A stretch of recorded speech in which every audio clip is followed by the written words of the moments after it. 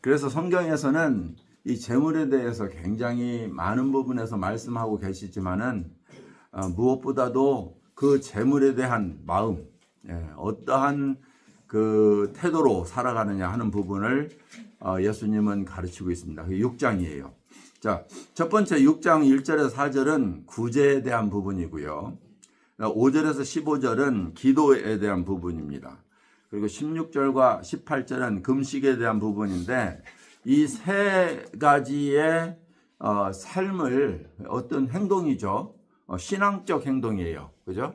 다른 사람을 도와주고 또 기도하고 금식하는 것. 이 굉장히 신앙적으로 좋은 사람들이 할 수 있는 거죠. 그런데 이것을 지적한 이유는 뭐냐면 그 당시에 바리새인들 가장 하나님의 말씀을 사랑하고 순종하고 따른다고 했던 부류인 바리새인들의 행동을 지적하고 있는 거예요. 그들은 어떠한 삶을 살았느냐? 엄청난 구제를 했어요. 가난한 자를 보살폈단 말이에요. 그럼에도 불구하고 그것을 공중 앞에 세상에 드러내는 거예요. 무슨 말이에요? 나를 알아달라 그거죠. 그러니까 내가 이런 사람이야, 잘 믿는 사람이야, 섬기는 사람이야, 가난한 자를 돕는 사람이야 라는 것을 드러내기 위한 민중의 마음을 얻기 위한, 그래서 그 가르침이 더 효과적으로 효율성 있는 그런 가르침이 되도록. 왜 그랬을까요? 그것이 그들의 그 삶의 목적이에요. 민중을 사로잡아서 그들은 민중의 힘으로 정권을 잡았거든요. 권력을 잡았거든요. 그게 바리새인들의 삶이었어요. 그러니까 그들의 삶의 구제 부분을 딱 지적하면서 뭐라고 이야기하냐면 구제는 은밀한 중에 보시는 하나님 앞에서 하는 것이다. 다른 곳에 뭐라 한 손이 오른손이 하는 거 왼손이 하지 말 보지 알지 못하게 해라. 이 말씀은 뭘 이야기해요? 나조차도 구제하고 잊어버려라. 이런 말 표현이잖아요. 그런 차원에서 이야기한다면 구제라고 하는 것은 사실 내 돈 가지고 하는 것이 아니라 하나님께서 주신 재물을 나누는 것이다. 이런 생각을 한다면 내가 잘난 것, 나의 그 행위로, 선한 행위로 보지 않는다는 거죠. 두 번째, 기도. 이들의 기도는 공공장소에서, 특별히 사람들이 보는 앞에서 막 두 손을 들고 이렇게 했단 말이에요. 요즘에도 그렇게 기도하는 사람들 있죠. 시간이 되면 뭐 공항 같은데, 어떤 공원 같은데 한쪽 구석에서 막 이렇게 하고, 혹은 이거 잡고 이렇게 막 기도하는 사람들 있어요. 그 오토닥 주들이요. 그리고 이슬람 회교들도 공중 앞에서 막 기도하잖아요. 그러한 그 기도의 삶이 하루에 3번 정해져 있었어요.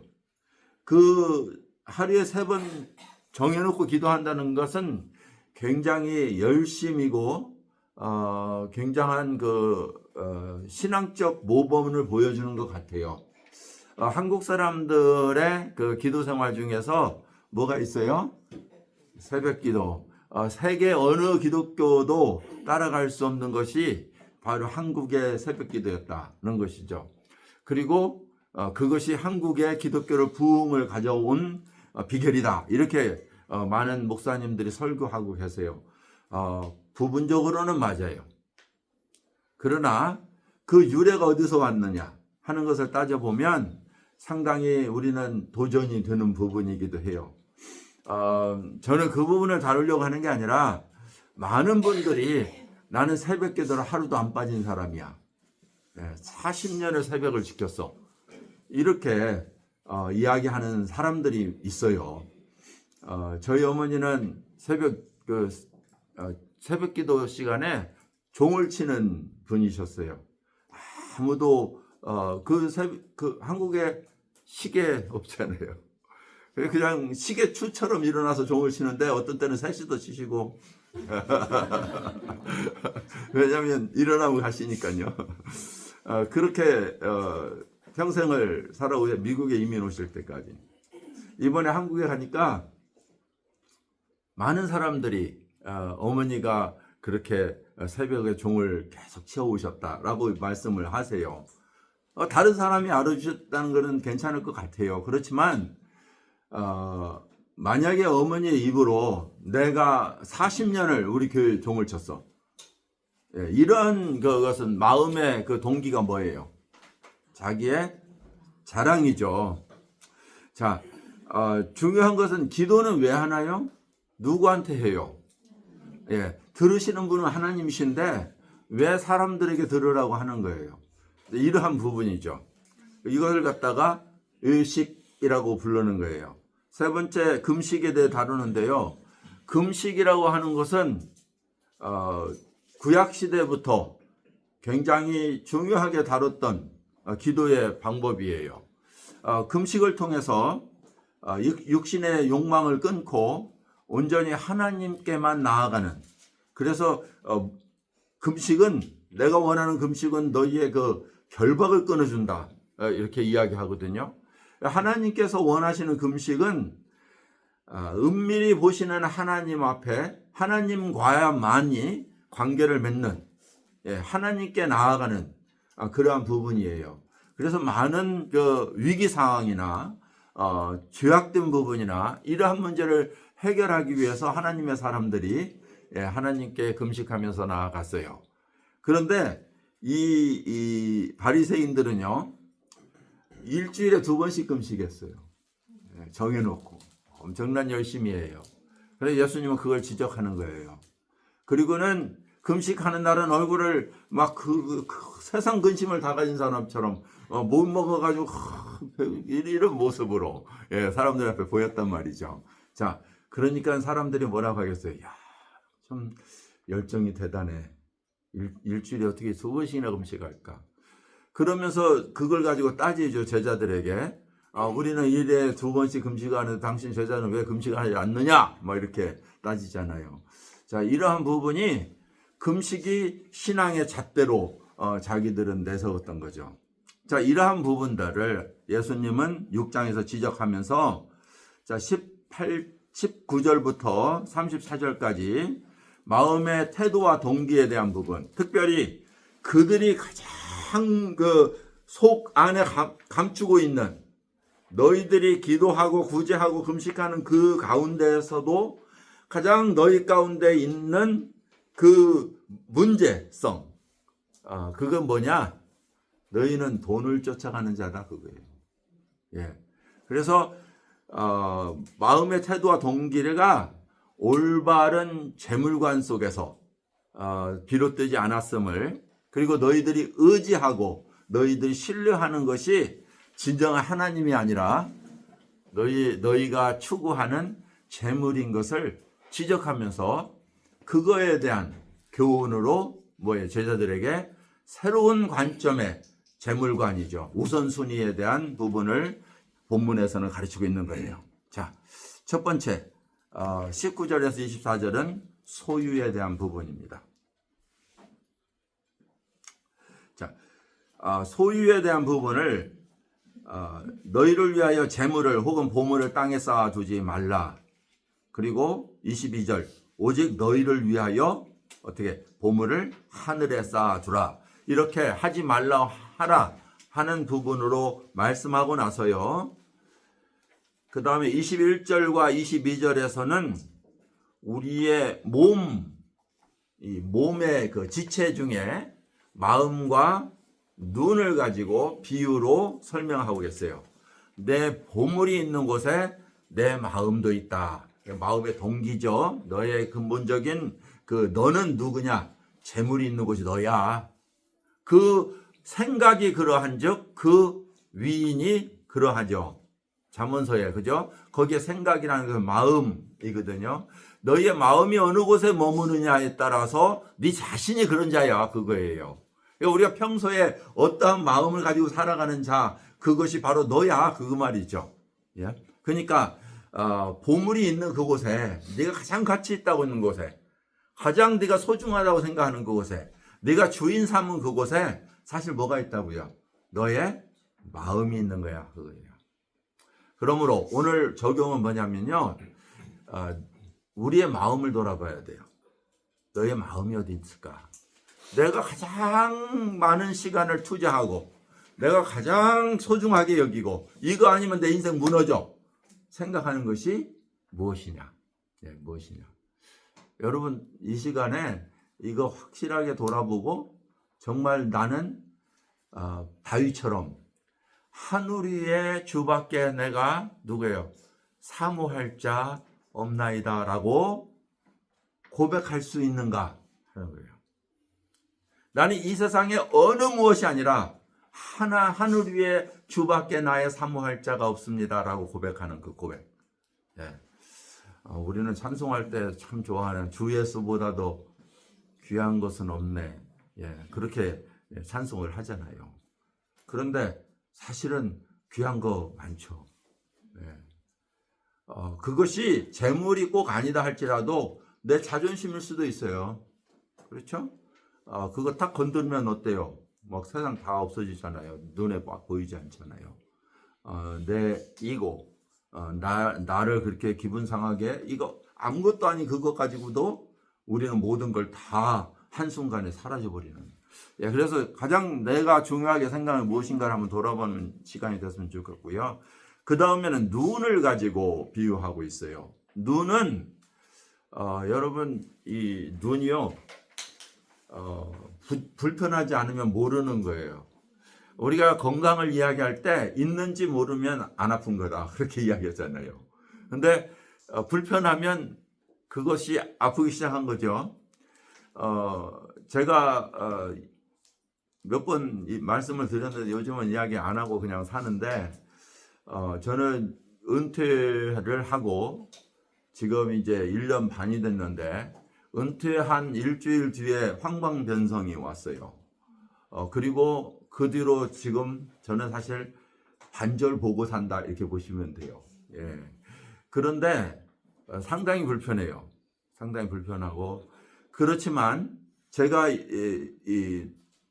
그 말씀을 드리는 거는 이 눈이 불편하면 관심이 없어져요. 이 초점이 막 사라지니까요. 와, 신경 쓰기가 힘들어요. 근데 눈이 좋을 때를 생각해 보면요.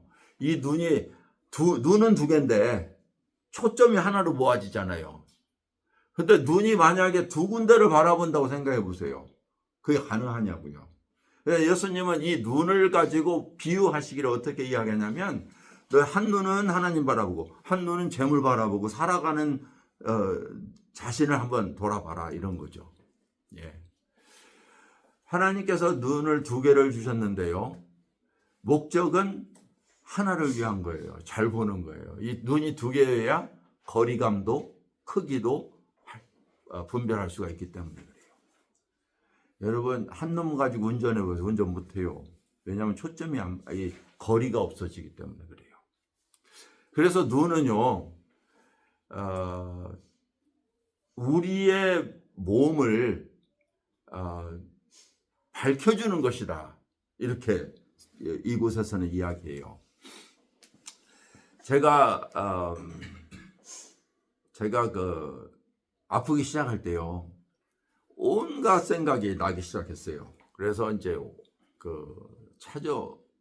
요즘에는 막 정보 시대잖아요. 그래서 구글도 찾아보고 유튜브도 찾아보고 막 웹사이트 막 찾아보고 아티클도 있고 하는 거예요.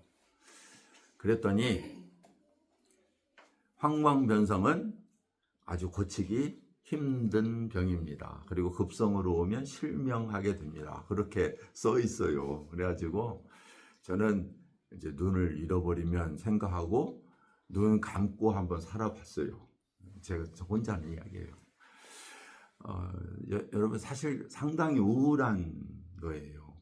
그래서 그때 처음으로 신욱 그리고 현성, 예. 나현성 집사님이 우리 교회에 그때 성경 공부 참석해서 오셨을 때 그런 이야기를 했어요. 제가 약간 우울증에 고생하고 맞죠? 예, 그런 이야기를 했어요. 그 당시 제가 똑같은 이야기를 했어요. 저도 마찬가지예요. 그렇죠? 예, 그래서 서로 위로가 됐나요? 예. 예, 목사가 우울증이 있다면 위로되죠. 예, 뭐 영적이면 안 오고 이런 것은 아니라는 말이에요. 상당히 힘든 시간을 거치면서요. 여러분, 제가 왜 이런 이야기를 이렇게 해야 되는지 모르겠네요. 그죠? 녹음까지 해가면서 그렇죠? 그런데 여러분 이 눈이 이제 안 보일 거라 생각하니까요. 어두움에 산다는 거. 어두움에 산다는 거 참 못 견디겠어요. 보고 안 보이고가 문제가 아니에요. 갑자기 가슴이 탁 돌에 얹은 것 같아요.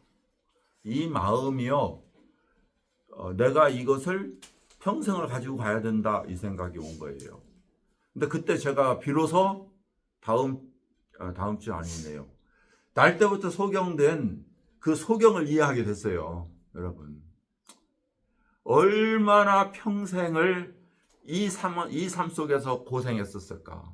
고민했었을까? 힘들었을까? 고통스러웠을까? 그는 다른 사람의 손에 이끌려서 구걸하면서 생계를 유지해야 되는 사람이었잖아요. 그런데요, 다음 주인가? 다음 주에요. 예수님의 치유하심. 예, 치유하심. 예수님께서 그의 눈을 뜨게 하셨어요. 내가 원하노니 눈을 떠라. 예수님의 원하심. 이 눈을 떴더니요. 세상이 밝아졌잖아요. 예.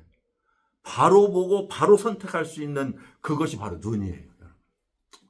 그런데 이 예수님께서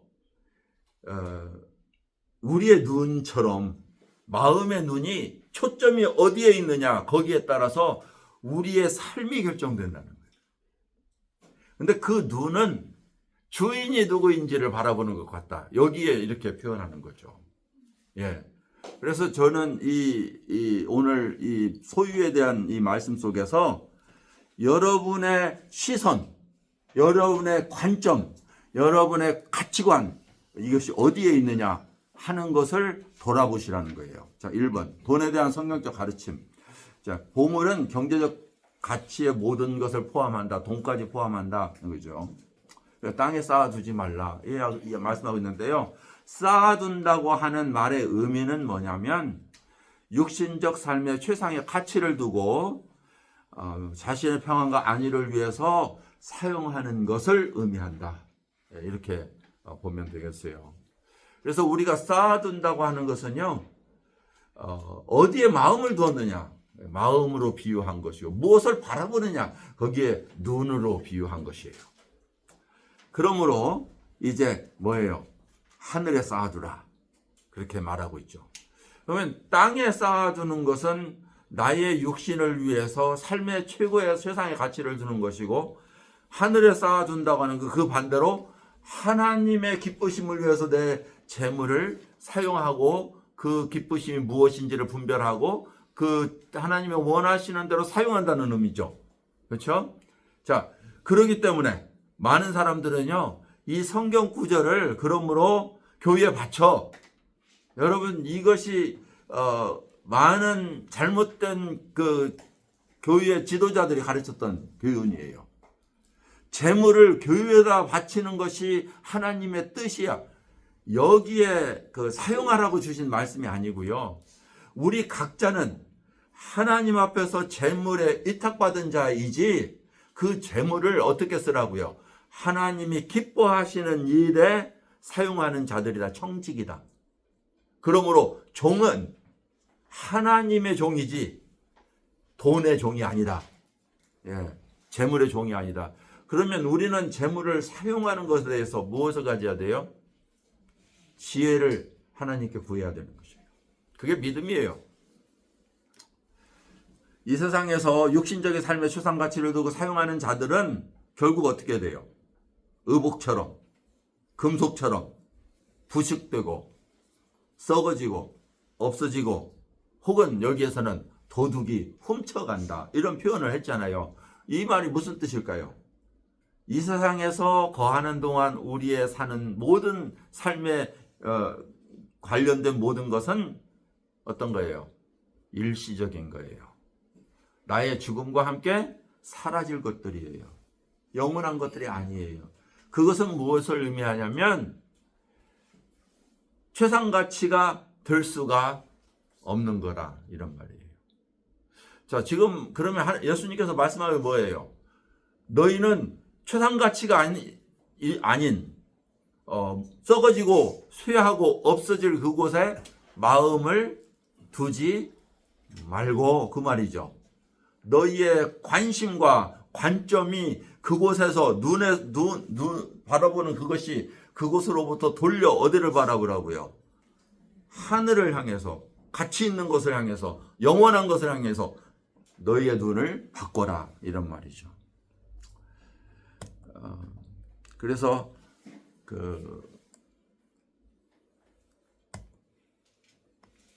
우리의 눈은 24절에 보면 두 주인을 섬길 수 없다는 주인으로 그 내용을 다시 풀어주고 있어요.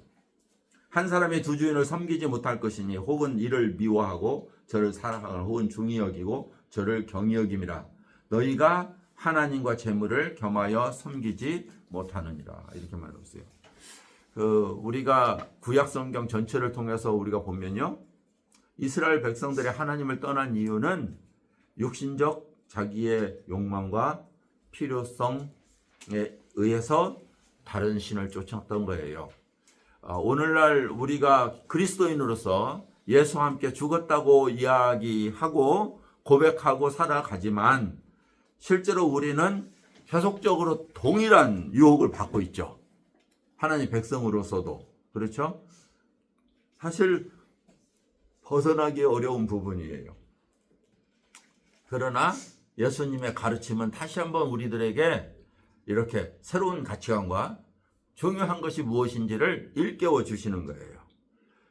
이것이 반복적으로 우리는 우리의 삶 속에 있어서 정말 우리의 가치관, 우선순위를 바로 세우는 것이 참 중요하다는 것이죠. 그래서 재물인가 하나님인가 하는 부분이에요. 무엇을 더 사랑하는가, 무엇을 더 중요하게 여기는가. 이 부분을 예수님이 지적하고 있어요. 그렇죠? 저와 여러분들은 무엇을 더 사랑하시나요? 그리고 무엇을 더 중요히 여기시나요? 이 부분에 의해서 우리의 주인이 나눌 수 있다 하는 것이죠. 자, 성경적 재물에 대한 가르침을 잠깐 그냥 쭉 읽고 넘어가겠어요. 왜냐하면 이것은 이곳에서 가르치고 있지는 않아요. 그런데 성경적인 재물에 대해서 우리가 가져야 될 가치관. 성경은 돈 혹은 물질적 재물 자체에 대해서 죄로 규정하지는 않습니다. 왜냐하면 돈이라고 하는 것은 필요한 거잖아요. 하나님께서 이 세상의 재물을 먹을 것과 입을 것을 하나님께서 창조하셨잖아요. 그렇기 때문에 이 창조한 것은 필요하기 때문이에요. 그래서 필요하다고 하는 것은 중립적인 것이지 그것이 죄다, 선이다 말할 수 없는 거예요. 마치 칼처럼 그래요. 예. 자, 두 번째, 성경은 돈에 대해서 그리스도인의 태도에 초점을 두고 있습니다. 예수님께서 오늘 말씀하셨어요. 어떠한 마음을 가지고 있느냐는 것이죠. 돈은 하나님이 허락하심에 따라서 주인이 하나님이신 것을 인정해야 됩니다. 이 세상의 모든 것은 하나님께서 창조하셨고 너희에게 주셨다라고 성경은 말하고 있기 때문에 그래요. 자, 그러므로 하나님이 창조하시고 우리에게 허락해 주신 것이에요. 우리에게 허락해 주셨다면 그 자체는 누가 주인이에요? 하나님이세요. 그래서 이스라엘 백성들은요, 땅을 팔 수가 없었어요. 왜냐하면 하나님이 주인이세요. 하나님 만드셨잖아요, 땅을. 근데 어떻게 사고 팔아요? 그래서 땅은 못 팔게 돼 있어요. 이것을 마르크스 아시죠? 유물론자 마르크스 공산주의를 만들고 땅은 국가에 속한 것이에요. 그래서 못 팔아요. 집은 사고 팔아요. 중국도 그렇고 북한도 그래요. 예, 집을 지어놓고 전세 사는 거예요. 거기에서. 그게 이 마르크스가 성경에서 공산주의를 만든 거 아시죠? 그는 그 성경에 있는 공산, 하나님의 또 어디로 나가는지 모르겠습니다. 자, 하나님께서 근본적 주인이니까 우리는 평등하게 살아야 된다는 걸 주장했죠. 물론 유물주의로 빠졌기 때문에 문제가 됐지만. 자, 그래서 그리스도인은요, 하나님으로부터 의탁받은 뭐예요? 청지기들이에요. 주인은 하나님이시고, 우리는 청지기일 뿐이다. 그 다음에 디모데 전서에는 여러분들이 가장 많이 돈에 대해서 들었던 이야기. 돈을 사랑하는 것이 모든 악의 뿌리다, 근본이다.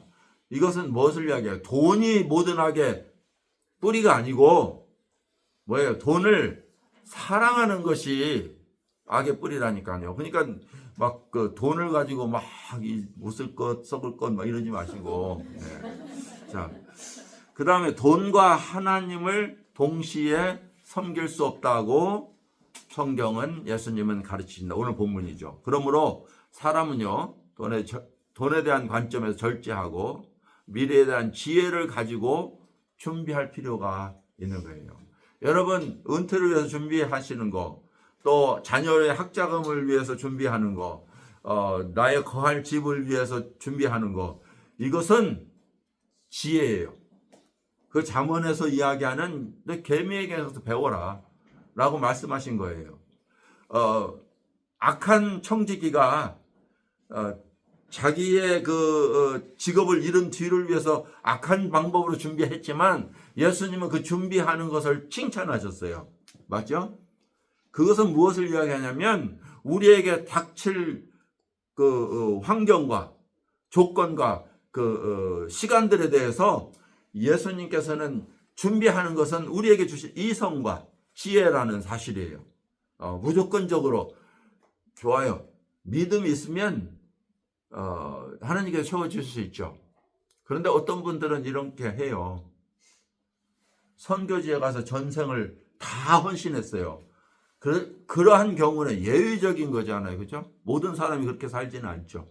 그런데 그런 분들은 하나님께서 다 채우시더라는 거예요. 맞죠? 여러분 채우시는 거예요. 그렇지만 여러분이 그렇게 산 믿음이 없잖아요. 근데 오히려 나에게는 하나님께 이걸 주셔서 이렇게 지혜롭게 사용하게 하신다. 이것이 보편적 우리들의 삶이란 말이에요. 그러니까 보편적인 그 그리스도인의 삶에 대한 것을 특수적인 사람을 가지고 예를 들지 말으라는 거예요. 그렇게 되면 예레미야처럼 똥 먹고 살아야죠. 그죠? 예, 옷 발가벗고 막 3년 이쪽으로 누웠다 저쪽으로 누웠다 이렇게 살아야 하잖아요. 아니, 그건 특수적 하나님께 선택하신 사람에게 주신 삶이란 말이에요. 그러니까 일반적 하나님께서 우리에게 주신 일반적 삶은 우리에게 주신 허락해 주신 삶을 가지고 어떻게 풍요롭게 즐기면서 사는 것 누구 때문에? 하나님 때문에 기쁨으로 살아가고 찬양하고 감사하고 예. 그럼에도 불구하고 그 재물은 누구 거? 하나님의 거. 그렇기 때문에 그 재물을 하나님의 기뻐하시는 곳에 초점을 두고 이것이 재물관이라는 거예요. 오늘 그래서 재물관에 대해서 이야기하면 1시간 다 가니까 못한다고 말씀드렸는데 또 이렇게 믿는 자는 세상의 소유보다 하늘의 보물을 쌓는 것을 집중해야 됩니다. 그 마음의 상태인 거죠. 그죠? 태도와 마음. 그래서 재물에 관한 교훈 중에서 가장 도전이 되는 부분이 무엇인지를 우리는 돌아보면 좋겠습니다. 자, 그러면 이게 없으면 어떻게 돼요? 네? 없으면 여러분 없으면 어떻게 되냐고요? 예? 불편하기만 해요. 내일 당장 없어요. 죽을 것 같아요. 그러면 어떻게 되겠어요? 내일을 염려하게 되죠. 그래서 예수님께서 이제 염려에 대해서 다루는 거예요. 자, 염려에 대해서 6번 다루고 있어요. 그런데 그 염려가 뭐 때문이다? 결국은 제일 마지막 절 보세요. 같이 읽겠습니다. 30절. 오늘 있다가 내일 아궁이에 던져지는 들풀도 하나님이 이렇게 입히시거든 하물며 너희일까 보냐 믿음이 적은 자들아. 그렇게 염려하는 이유는 뭐 때문이다? 믿음이 적기 때문이다. 그것을 예수님은 가르치시는 거예요. 그러면 염려하지 말라고 하는 이유가 있어요. 그렇죠? 염려하지 말라는 이유가 있단 말이에요. 자, 염려하지 말라고 하는 것은 뭐냐면 불안하기 때문에 염려하죠. 준비되지 않았고 부족하고 힘든 상황이 내일이라고 하는 것 어떻게 닥칠지 모르는 이것 때문에 염려하는데 이 예수님은 뭐라고 이야기하냐면 너희 그거 믿음 적은 거야. 믿음을 가져야 되지 않겠니? 신뢰해야 되지 않겠니? 라고 말씀하세요. 여러분 이스라엘 백성들이 어떻게 살았어요? 우리 민수기 공부하면서 그들이 농사를 지었습니까? 길쌈을 했습니까? 어떻게 살았어요? 광야 40년을 만나와 헤어지지 않는 의복을 주셨어요. 하나님이. 의복과 신발이 헤어지지 않았다는 거예요. 놀라운 거 아니에요? 여러분 이러한 역사적 사실이 실제로 있었던 일이에요. 그렇죠? 성경에 기록됐으니까. 이러한 역사적 사실이 우리들에게 뭐가 돼야 돼요? 거울이 돼야 된다. 교훈이 돼야 된다는 거예요. 그러니까 예수님은 이스라엘 백성들에게 너희 조상들 이야기도 하지 않고 뭘 이야기해요? 너희가 보고 있는 저 봐봐. 어디서 지금 설교하고 있어요? 지금 어디에서 제자들에게 설교하고 있냐고요? 5장. 산에 올라와 앉으셨잖아요. 산에서 보니까 뭐가 있어요? 바로 옆에. 들풀이 하나 있어요. 들꽃이 하나 있어요. 그 다음에 또 하늘에 보니까 새가 나르고 있거든요. 야, 저 공중에 새를 보라. 사람들 다 쳐다봤을 거 아니겠어요. 예. 우리들의 주위를 살펴보라고요. 우리에게 지금까지 살면서 못 먹고 살았냐 이거예요. 헐벗고 살았냐 그거예요. 우리 주위를 살펴보면 우리 쉽게 발견할 수 있는 하나님의 보호하심과 인도하심이 있거늘 너희의 마음의 염려는 어디서 온 것이냐.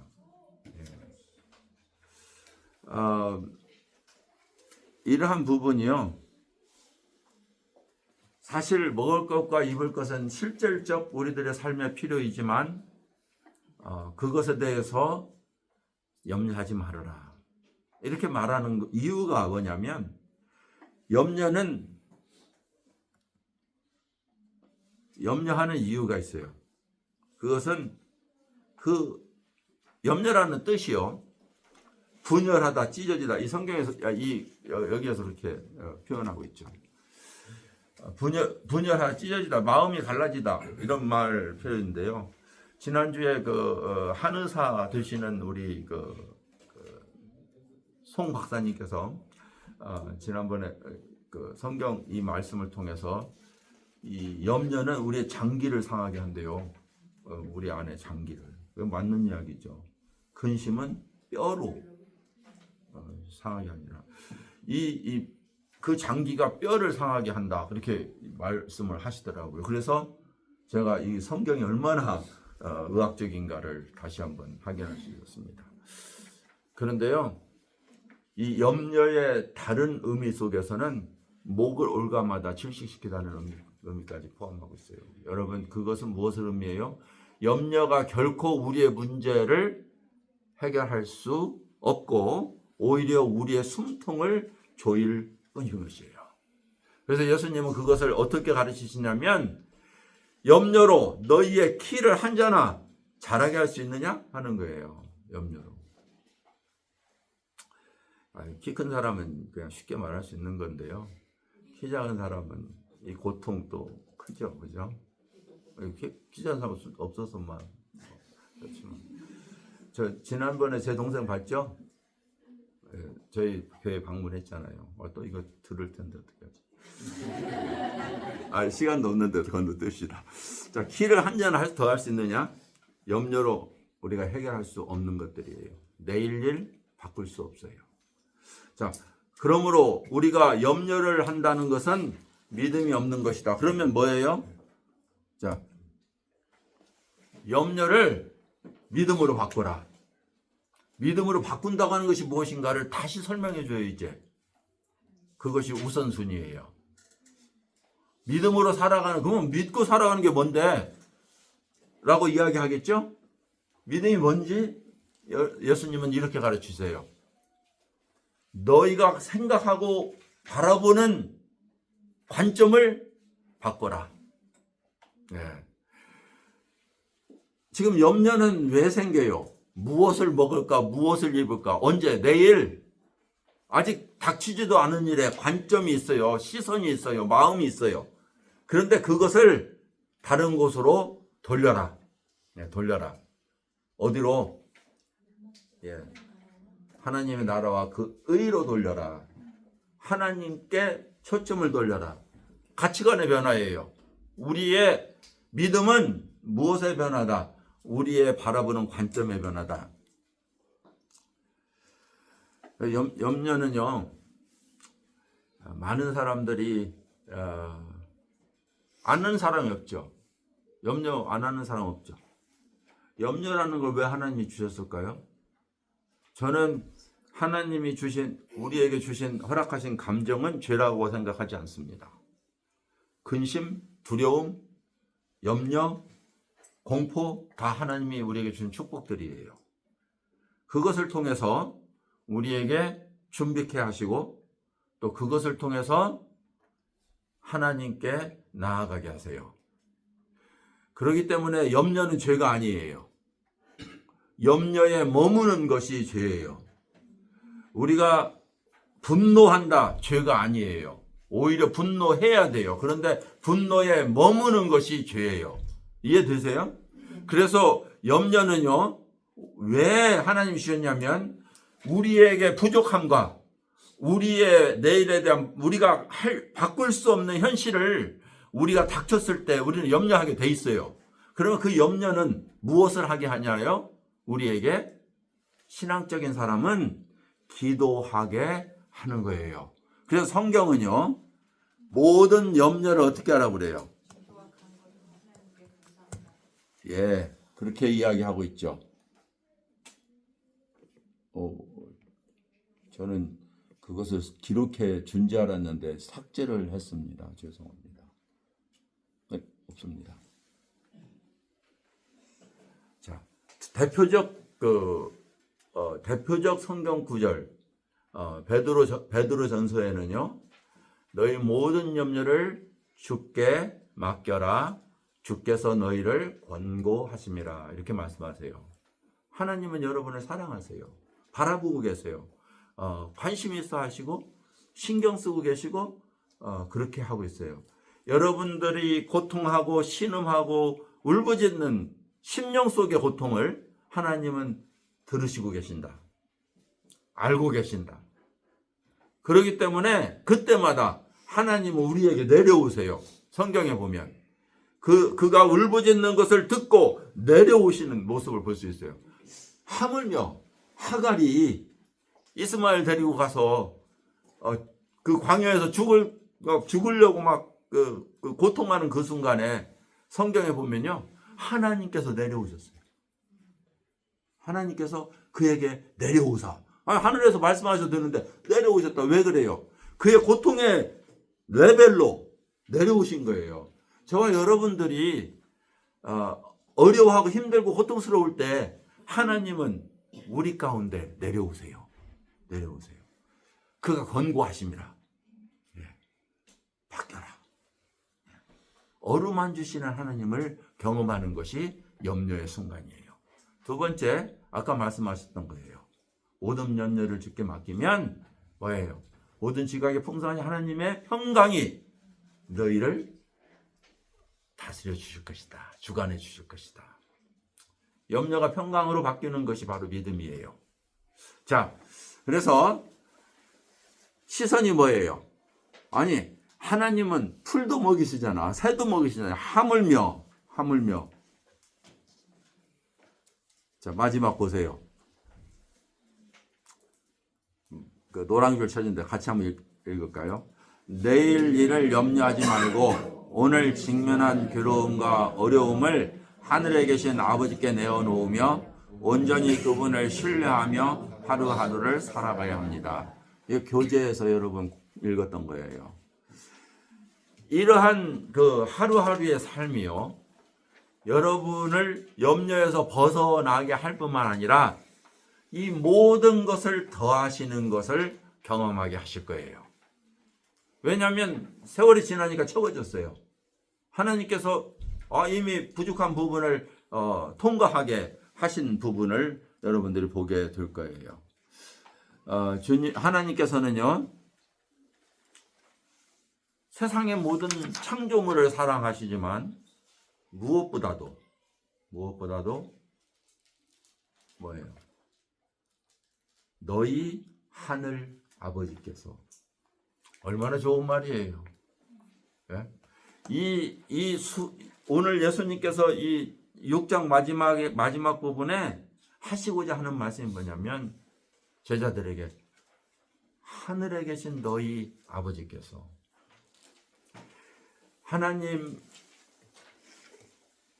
하나님께서요, 우리 아버지라면,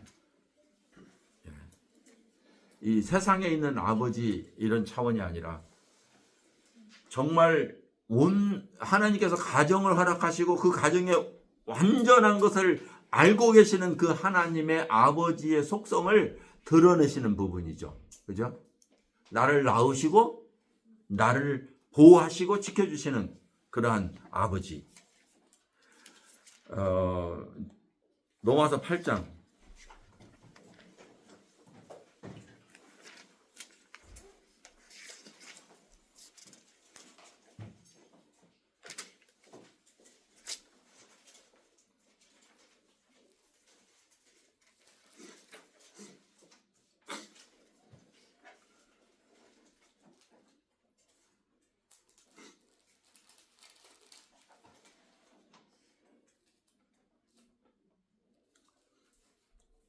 자, 29절. 하나님이 미리 아신 자들 또한 그 아들을 형상 본받게 하기 위하여 미리 정하셨으니 이는 그로 많은 형제 중에 맏아들이 되게 하려 하심이라. 31절. 그런즉 이 일에 대하여 우리가 무슨 말을 하리요? 만일 하나님이 우리를 위하시면 누가 우리를 대적하리요? 자기 아들을 아끼지 아니하고 우리 모든 사람을 위하여 내어주신 이가 그 아들과 함께 모든 것을 우리에게 주시지 아니하겠느냐? 누가 능히 하나님께 택하신 자들을 고발하며 의롭다 하신 자들을 고발하리요? 의롭다 한 자는 하나님이시니 누가 정죄하리요? 죽으실 뿐 아니라 다시 살아나신 이는 그리스도시니 그는 하나님 우편에 계신 자요 우리를 위하여 간구하시는 자니라.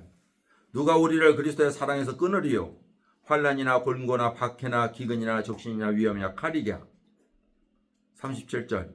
그러나 이 모든 일에 우리를 사랑하시는 이로 말미암아 우리가 넉넉히 이기느니라. 내가 확신하노니 사망이나 생명이나 천사들이나 권세자들이나 현재이나 장래일이나 능력이나 높음이나 깊음이나 다른 어떤 피조물이라도 우리를 우리 주 그리스도 예수 안에 있는 하나님의 사랑에서 끊을 수 없느니라. 요한 사도는 보라, 그가 어떠한 사랑을 우리에게 주사 하나님의 아들이라 일컬음을 얻게 하셨는고 우리가 그러하도다. 이렇게 말하고 있어요. 기도하겠습니다. 우리의 아버지 되신 천지를 창조하신 하나님 앞에 오늘도 참 귀한 말씀을 청종할 수 있는 이 시간을 주신 것을 감사합니다. 예수님의 음성이 이 시간 저희의 마음속에 들려져 우리의 삶에 무엇이 우선순위가 되어야 될지, 진정으로 우리의 삶의 주인이 누구이신지, 그리고 우리와 함께 하실 그 하나님이 누구신지를 바로 바라보고 생각하고 열망하고 간구하고 나아가는 그러한 주의 백성이 되게 하여 주옵소서.